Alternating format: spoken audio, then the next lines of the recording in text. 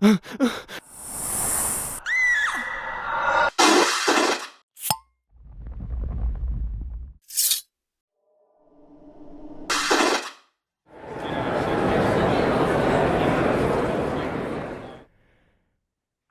and welcome to the Supernatural track here at Continual. I'm your host, Gail Martin, and tonight we are talking about how does the fandom remain vibrant. Supernatural has been off the air now for, going on 6 years, and you'd never know it based on the fandom.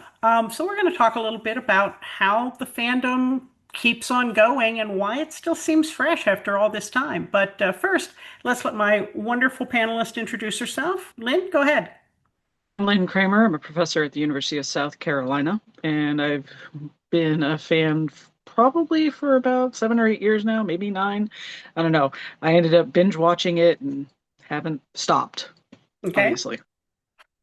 And I'm Gail C. Martin and Morgan Bryce. As Gail, I write epic and urban fantasy. As Morgan, I write urban fantasy, male paranormal romance. But all of my modern day worlds are ones Sam and Dean could walk into and feel right at home. I fell in love with the show halfway through season 11, binge watched 11 seasons in time for the start of season 12, and haven't looked back since. And I remain a dedicated, active fan. So let's talk a little bit about, we talk about the supernatural family, the Mm. fandom family.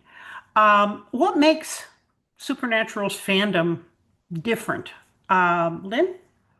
I think it is, like you said, it's a family. I think the feel of the fandom isn't so much the whole idea of just being fans of a show, but being kind of active participants with it. And that probably stems back from, it came on the air probably at a really perfect time in 2005 when, with the internet being pretty established and forums and everything and things starting that way, because there's a couple of shows and movies and whatnot that have had managed to kind of run with that. And I think it just kind of started there and took a life of its own, and it keeps adding more and more people. And because everybody seems, or almost everybody seems, really welcoming of other people and new fans and stuff like that, it, and the idea of family, them creating that, I'm not sure who started that whole thing. Do you know, Gail? Mm-mm. No, but and certainly the fandom isn't perfect. You can point to some people Yeah. who, you know, aren't fun to be around, but in general, compared to other fandoms I've been part of, I think it's pretty well behaved. And I think that more so than in other fandoms I've been part of, people create an interconnectedness, and sometimes that is staying in touch and having continuing conversations. Sometimes it's helping out when somebody hits a rough patch. I have seen the fans gather together to do a GoFundMe or to Mhm. do a some kind of fundraiser, or to just say, how can I help, and show Yeah, up. and I think that's it too, because it's not just about the show, it's not just about the actors, it's about each other. And this crazy thing we have in common called supernatural. Yeah, but I've seen people be more interconnected like that, with more of a family for Supernatural than any of the other fandoms. I've seen very vibrant fandoms for a lot of Mhm. other properties Oh yeah. and I've met an awful lot of devoted to the point of maybe a little too devoted fans in a number of different fandoms, but it's not the same. And it's not just the intensity of how much Supernatural fans love the show and the actors, it is that sense of, you know, um, family. Yeah, I think it's almost similar to like with Star Wars, where you have like the different troops Hmm. that get Yes. together and they, kind of cosplay, if you will, or like the Adrian Empire, where Hmm. you've got the Ren Fair kind of feel, where they go back and do the, SEA and Adrian and everywhere like that, where you've got this idea of being together to reenact something.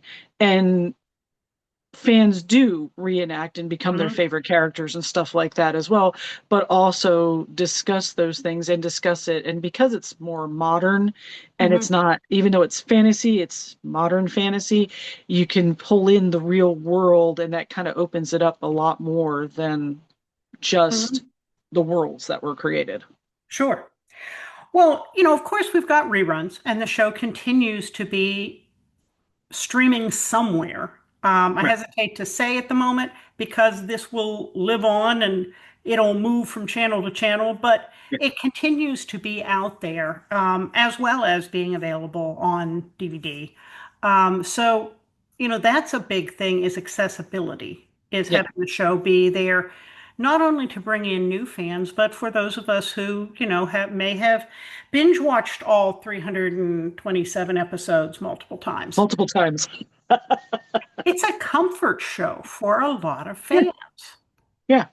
I mean, and the great thing is that once you know it well enough, you can go back and just watch the episodes you really like, or if you're in a certain mood and be like, hey, I'm in the mood for something kind of fun and lighter. I'm going to watch The French Connection. I'm not going to, I don't, you want to feel mopey and whatnot. Hmm. So you go back and rewatch season 5 to get kind of the sucker punches and stuff like that, just to feel connected.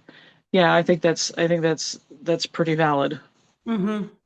Now, the books also, you mentioned, like the SCA and people who do cosplay for Star Wars, but Supernatural certainly has a very active cosplay segment of its fandom.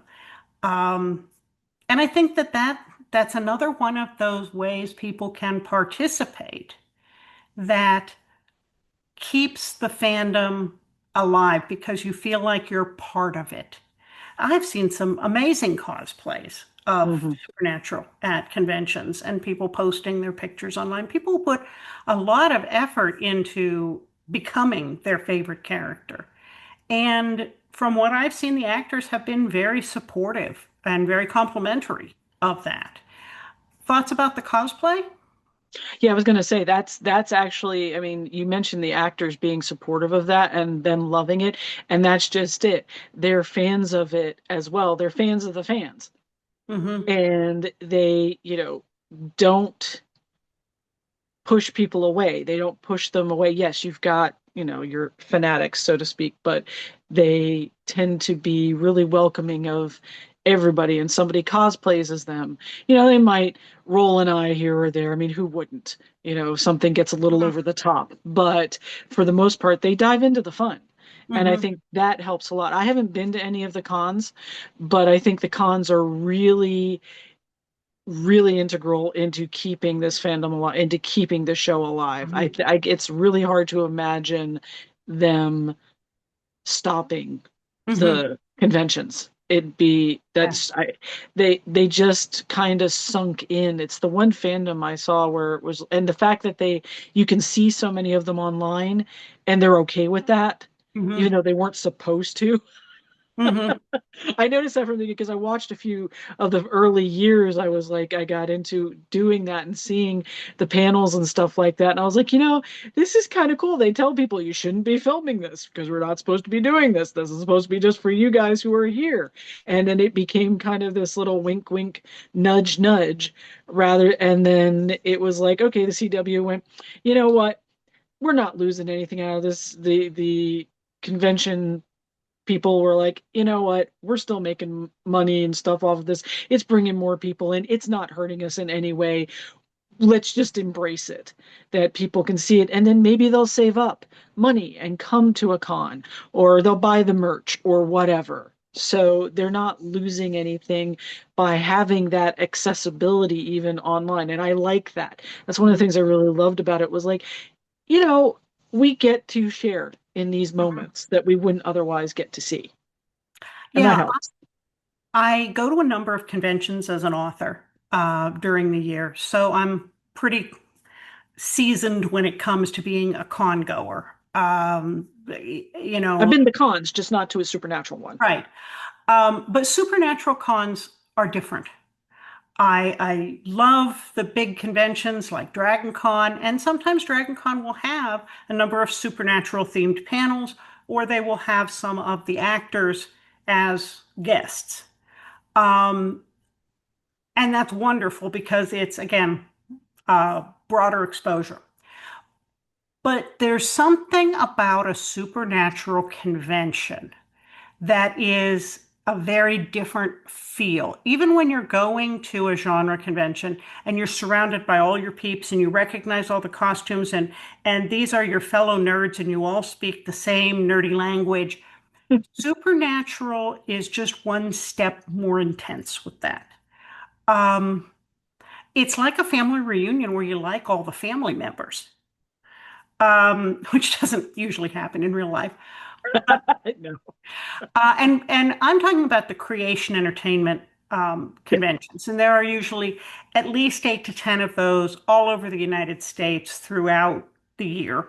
And then there are some other pretty well-established conventions. There's Giussembello, slaughtering the Italian on Hmm. that jib in Italy. There's also Purgatory, which is over in Europe. And I think there are a couple others. And then Hmm. Jensen and Jared do show up um, usually separately at some Hmm. other conventions throughout the year. But at the creation cons, if it is humanly possible, Jared and Jensen are there together. Yes. And Misha is usually there. And Hmm. then, they'll have um, as many, Rob and Rich.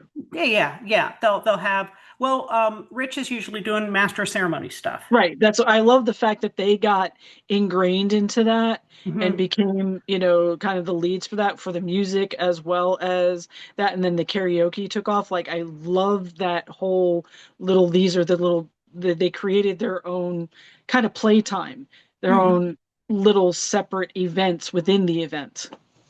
Well, and Rich has his own band now. Hmm. I Jensen love his music.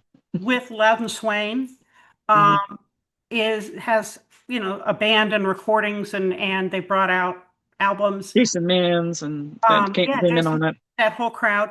But then we found out that Jensen can sing. My God. And I mean, not only does he have a great voice, but his stage presence is amazing when he gets out there and turns into rock star Jensen. I mean, he nails it. But you're right. That's been interesting to watch, Yes. that progression, that arc, because that, again, going back to being able to see the videos online, seeing when he was nervous with just the guitar and like, really, you really want me to No, do don't this? watch. And Don't watch. no, Just listen. Don't watch. Yeah. And now he strides out there and nails it. I mean, which has been wonderful to see. But the karaoke, which, again, fan participation, and there's no fan shaming. It doesn't matter if you can sing or not. It's how much you bring to it. It's the enthusiasm that counts. And so that's a piece of it that, like the cosplay, is very participatory.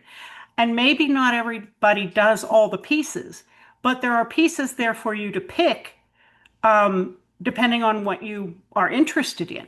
So at the conventions, there are the panels where usually, and I'm speaking of the creation ones here, when you hmm, get a ticket that buys you a certain seating place, hmm. and there are different, you know, better seats than others.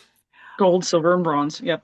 And yeah, but that gets you into the panels, and that's where they talk about usually just what's going on with their life. What are you doing now? How's that movie? What's your new series going on? It's really them talking, but there's a comfort level in the way they talk to the fans that's very different from a lot of other celebrities. Hmm. There's a genuineness there. And certainly they are not completely transparent with us, but you have less of a feeling of this is my persona. I'm really cool. As my kid spat up on me yesterday and I was just leaving the house. They tell these very real human stories. Um, so there's a trust level there that Hmm. resonates with the fans. Then, for a higher price, you can get a meet and greet, which is a smaller group of people with them. They do take some questions from the audience in the big sessions. I haven't been to a meet and greet, but smaller group, you get to ask more questions, and it's even a little more intimate. And by smaller, I mean, I think it's like 12 to 15 people at most. Oh, wow. So Wow. it's not a ballroom. It's really small. Then there are the photo ops. If you have ever wanted to hug Jensen and Jared, or be hugged between Jensen and Jared, or yeah, let me tell you, they both smell really good, and they give great hugs, and they give real hugs. I mean, I've seen photos with other actors from other shows where it's, yeah, Yeah. Griffin, and they're barely there. Yeah. You can tell that they aren't even, they're somewhere else in their They're mind. phoning it in. Jensen and Jared are present mentally. They speak to you, they meet your eyes, they make eye contact. They are extremely good sports on people coming up with ideas for photos. No, I mean, you can't kiss them on the lips or, do something inappropriate. Right. But, hug them on the cheek. They're fine with that. Big hugs, body slam hugs, fine with that. So there's again, level of intimacy with the fans that you don't usually get with the actors. And they seem to be enjoying it too, you know. There have been times when the actors are having some personal difficulties. Mhm. Jared's been very open about Yeah. some of his, depression and struggles like that. And they talk about it in the panels. And, Jared has used his connection with the family to encourage other people to come forward. Always keep fighting. Yeah, always keep Yeah. fighting. It's a huge piece there. And again, that's not actors Mm. being perfect people hiding, how they're not perfect. This is them saying, hey, this is part of me. And let me tell you about this because it's important. So Mhm. that's my experience with the conventions. I have not been to the European conventions, but and I'll be the first to admit that between the hotel and the food and the photo ops and the con ticket, you got to save up for it. But it is a wonderful, immersive experience, not just with the actors, but with everybody around you. And Yeah. the best part is you're not going to pay all that money and then go see the actors and get a photo up and have them come back from it and say, oh, they barely even looked at me. You're going to get an experience. You're going to know you met Jared or Jensen. So Yeah. that I'd love to do it one day. mhm, it's really nice. Like I said, they are good huggers. Um, so there's also um, fan fiction. Hmm. Supernatural has spawned fan fiction from the earliest days, back on fanfic.net and LiveJournal, and then finally moving into Archive of Our Own. And there's something there pretty much for everybody. Hmm. Want to read about Sam Winchester as a cat? There will be stories. You can find those. Pretty much everything. Have you delved into any of reading any of the fan fiction? No, and it's more that because it's mostly being a rabbit hole kind of thing. I have read the books, the fiction books and everything like that because I really like them. It was just like I wouldn't know where to start really with the fanfic. And I don't know, in my head I'd kind of like prefer to write my own as well. And I have, it's to me sometimes when I'm having a hard time falling asleep, that's what I'll do. I'll picture myself in a scenario and, play out my own little scenes and stuff like that and whatnot. It's not, I don't have anything against fan fiction. I think it's Mhm. awesome. I think it's a great way of keeping the fandom alive. I totally get why people, but I also, again, I don't know, I wouldn't know where to start with it. Because there, You know, like you said, interesting. there's so, by the time I started watching Supernatural, there was so much out there. I just ended up watching the YouTube videos and getting into the interviews and the show. And I just haven't had time to actually sit down and read any of the fiction. Well, I got started in fan fiction, honestly, back in the late 1970s with Star Trek. That was part of Mm, my immersion into fandom. And it's where I learned that I could write and entertain people, which turned into a career writing original fiction. So I have always been very reverent about fan fiction authors and fan fiction stories. There are some people who have a tremendous amount of talent who now, a surprising number of fan fiction authors are actually published authors who don't hmm make that known. I don't write fan fiction at the moment because I don't have time with my other commitments, but there are published authors who do. There are other people who I think their fan fiction is as good or better than some published fiction that I've read, and they just do this for love.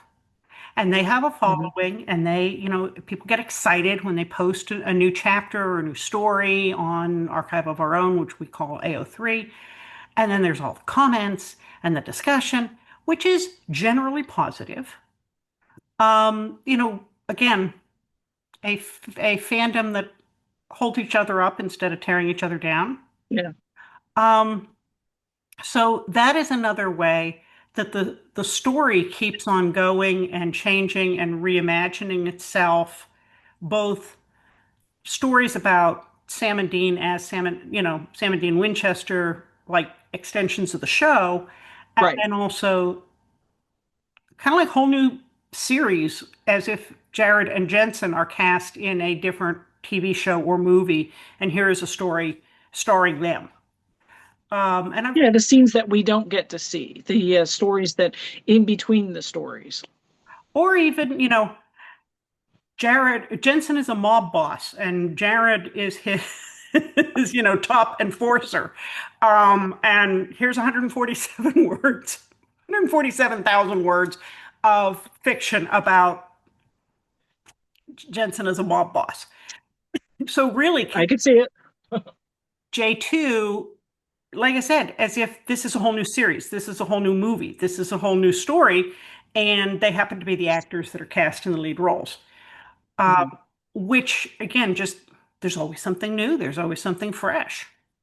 And it keeps it relevant. I mean, it keeps it up to date with, the fans and stuff like that. And I think that's important since there's nothing new coming out Hmm. officially as far as videos go. There's no more episodes or whatnot, and they keep teasing. I was going to say, speaking of writing, I think the comic books were a great idea. Yes. When they decided to come out with those, it was like, yay, we get some, stories, some official kind of stories with that. And it's another way of connecting with fans or even making new fans. Because, you got people who just will read comic books. They won't read the fanfic Hmm. online, but they'll read the comic books. And I think that could eventually lead, I think eventually they're going to have to do something, visual, like video again. They're going to have to either reboot it or have a spin-off eventually in the future or something to kind of keep the momentum going Hmm. or bring it back. Like you mentioned Star Trek, like what Star Trek did. They had the show, and then, what was it, a decade or two later, they finally had the first movie. And then they Hmm. kept going with those movies, but then they rebooted them, and they keep and Star Wars has done the same thing. And I think I'm not saying they have to. I can't imagine the show without Jared and Jensen or Hmm. the rest of the cast. I can't see. That's why I didn't really want to say reboot, but not. And I can't see a reimagining, but I Hmm. could see a continuation Hmm. in the future, especially with Sam's son Dean. We were talking about that in one of the other panels. I can see them doing something where then the actors being older could have something that They pops up. become kind of the Yeah. bobbies. Yeah, I think that's why the Winchesters didn't really land. The loss was too fresh, for one hmm thing. And if you weren't going to give the fandom more of exactly what they had lost, they weren't quite done grieving enough to accept something Yeah. similar. That I And agree. that's the catch. Hmm. That's the catch with this being such a family and being such a strong fandom is that you get people who are so stuck Mhm. on what we've always had. But you're right. Star Trek is a terrific way of showing how it can work. And those Mm-hmm. first, what, 5 or 6 feature films, Mm-hmm. the original cast, William Mm-hmm. Shatner and the whole crowd. And then after that kind of got everybody sated a little bit, then we got Next Generation. Yeah. Um, And the so, shows helped. right. Having the different shows and the spin-offs kind of got people used to, oh, now we've got all these other worlds. We've got all these other actors and new actors. And I think by the time that we got Chris Pine as Kirk, we Hmm. could accept somebody else in that role. We could see him doing it and not completely keep comparing him to Right. Shatner. Right. Yeah. And you mentioned the comic books. I'm not usually a comic book person, but I read all of them. I thought they were well illustrated. I enjoyed them. I bought them anyhow. And they're what, about 6 different series of comics. Yeah, yeah, There are also the books. My friend Keith in yes, Canada wrote a number of them, and so have some other authors. And those are like they're nice. I excellent like them. stories. Yeah, they're very well written. They're very well done. There are also the more scholarly books. Lynn, Hmm. who's on a lot of our panels, is a professor, and she writes about the supernatural fandom from a psychological side, from looking at the the psychology of fandom. What do we get Yes. out of it? What do the actors get out of it? What is the parasocial relationship? And she is a fan herself. She's had some wonderful experiences getting to talk to the actors, and so that's a really interesting insight, turning it like 90 degrees to look at it from a little different way. Hmm. But it holds up. It's a well enough done show that I think Lynn's got 3 or 4 at least books out from that professorial perspective. Not every show has enough meat to sustain that. No, no, it doesn't. I mean, back when I was doing my master's in theater, I was doing academic conventions and stuff like that and putting in out papers and things of that nature. Back then, I was doing Buffy. I Hmm. was doing different things on Buffy and Xena. Hmm. And I did something for one of my classes on Looney Tunes. Hmm. So different because I people were accepting of all of that. So had Supernatural been going on when I was a grad student, oh yeah, I would have probably jumped feet first into it. My bachelor's thesis was actually on the supernatural in theater.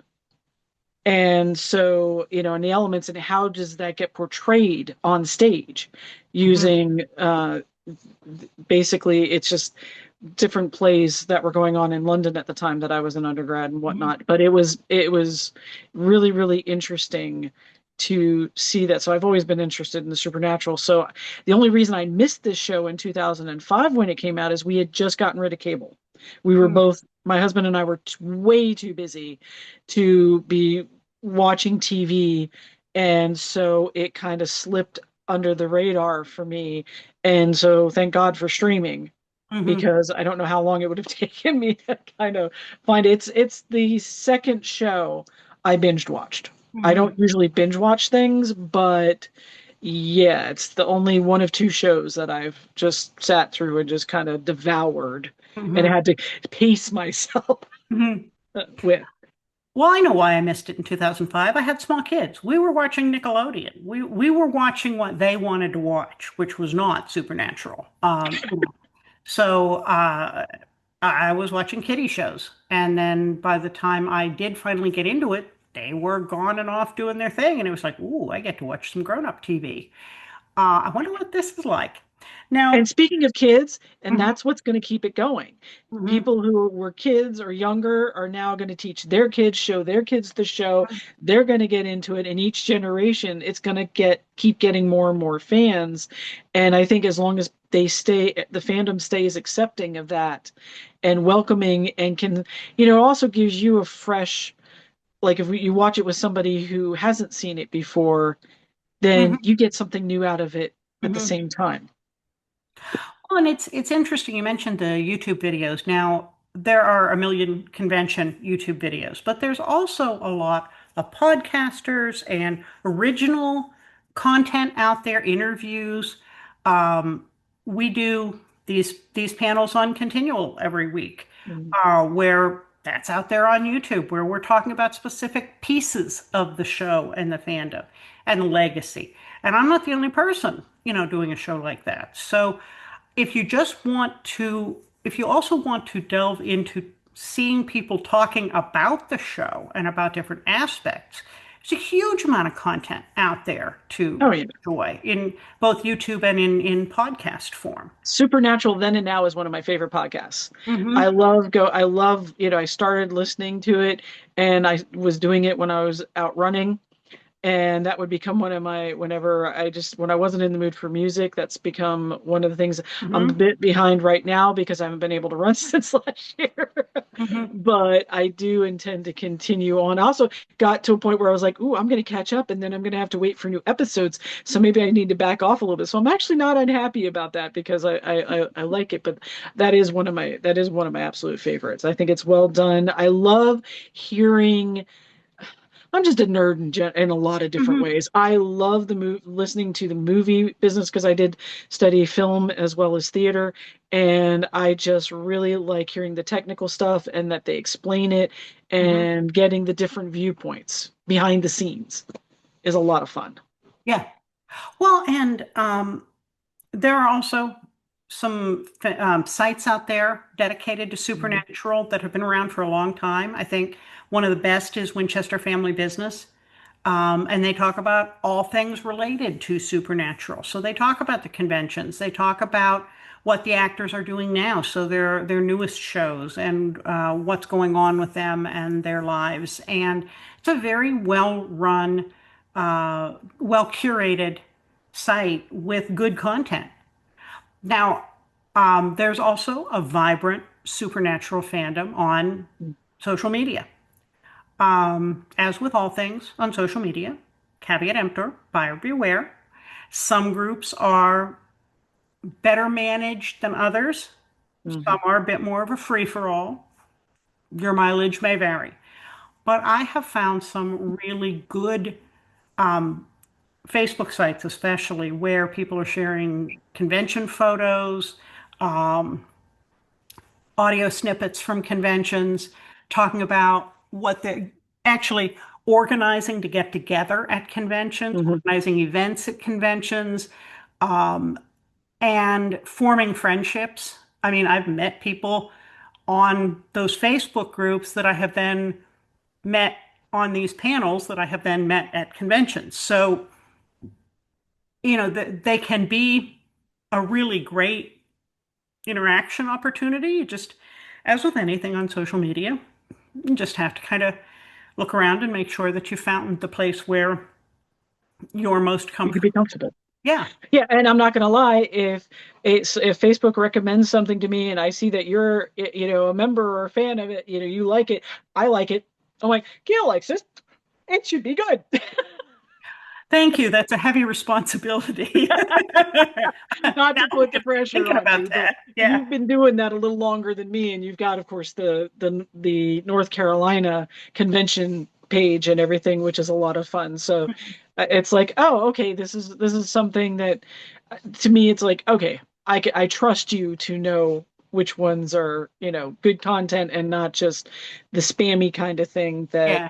and then they get into the arguments and this all the stuff. Yeah, I Yeah. can believe I have joined some of those and then I've left them because I don't have time for that and that's not what I'm in the fandom for. But I do want to say that this fandom, even more than others, I've made friends in, real friends. I've got a small chat group that is several people that I knew before, but I've gotten to know much better through the shared fandom, and so now we chat every day. Not necessarily about Supernatural. It's moved to a deeper level of a relationship than just liking the same show. But I have seen that with a lot of people in the Supernatural fandom where, going back to that family thing, they really have made real friendships Mhm. because of the shared interest in supernatural. And yeah, it's really not any different than having a hunting buddy to go deer hunting with or fishing with or play, go bowling with. It's just a different kind of shared fandom. Yeah, it's funny. One of my current students for the summer in the speech of introduction, his partner mentioned that his favorite show is Supernatural. I managed not to respond to that because I will be bringing up Supernatural for my when I do their PowerPoint presentation, when I tell them how to do PowerPoints. That's been my go-to topic for forever and trying to, a little way to get him in there. So it's Mhm. like, okay, I know I'll have somebody to geek out with. That it's gonna be fun. Hmm. Well, So absolutely. Can you think of anything we haven't talked about? no, because they pretty much cover everything. Even though there's not supernatural music, you still get to stay in touch with everybody with that. Mhm. I think the internet has really helped with it. Again, though, I do think at some point they're going to have to do some kind of show. Hmm. No, or a movie. I Hmm. mean, they tried it with Firefly, it didn't really work, but now they're doing something Hmm. as well. So I can see them, and I don't think a lot of people might see it as them selling out or a cop out or something like that if they do that. I don't see it that way. I don't think with this fandom, I think it's more a matter of they genuinely loved doing the show and they genuinely love working together. And so I think it would be because it's about that. I think whatever they do end up settling on is just they'll make it work at some point. Yeah, you can tell that they genuinely like being together. You can see that camaraderie on the stage when they're at the conventions. So yeah, I think that that's true. Oh, the other thing I guess I should mention is there's still a lot of merchandise out there. If you haven't gotten Supernatural on everything, it's out there on Etsy. It's out there on Amazon. It Stands. stands. Stands, they take my money, man. I'm like, I have to stay away from that website because every time, I mean, I do let them, they're one of the few that I let them send me updates on when they have Mhm. something new. And I'm just like, see, really? I don't really have the room for this. But I love it. They Get come my up with shirt. so much good Yeah. stuff. So, Yeah. and I kind of also see that as a bit of a barometer because Mhm. stuff doesn't stay out on those kind of sites if it isn't selling. And there is No. new, fresh stuff all the time. So I take that as another indicator that there are a lot of active fans who are still acquiring things, still getting immersed in the fandom, that it hasn't gotten to that matured level where everybody's got everything already. Right. And I think, well, people keep coming up with new stuff. And the fact that they are so welcoming of fans doing their own versions of things Mhm. and mashup of things, I think that's what's gonna also, keep it alive. Mhm. Yeah, as long as they don't get over protective Mhm. of it. I mean, you have to have a certain level, of Right, course. right, right. Have to have a certain level. But I think that if they let the fans as do as they are right now, I think it's gonna. I honestly can't imagine it going. It's around. It's here. Yeah. It's not going anywhere. No, I agree. And I think, as far as coming back to doing more supernatural, I think Jensen and Jared needed to go stretch their wings. They needed to go prove that they could be successes in other things. Not that they hadn't been before supernatural, but, Jensen on It was the, such a long time ago. yeah, Jensen on the Boys is a long way from Dean Forrester. Okay. Um, Jared and Walker is a long way from his character in Gilmore Girls. I think they Yeah. they are proving to the industry that they can be more than one thing. And Yeah. that's They're not one hit wonders. right. That's good for longevity. Mhm. Certainly And good. sanity, and their sanity that they don't get pigeonholed into just one type. Right. No matter how much you love one thing, it's nice to have the variety and prove to others and yourself that you can be something very different. And Um, the fans will accept you as that. and they really Other. have. I mean, I personally can't watch The Boys because it's too dark, but I follow along with what's going on and the pictures and the in jokes. I just can't personally watch it. but I'm very impressed by what they've done and what Jensen has done and the character he's created. But then, of course, and it's been out long enough, I don't think this is a spoiler. In the fifth season of The Boys, both Jared and Misha were in Mhm. an episode, and then they did a blooper reel as Dean and Sam and Castiel.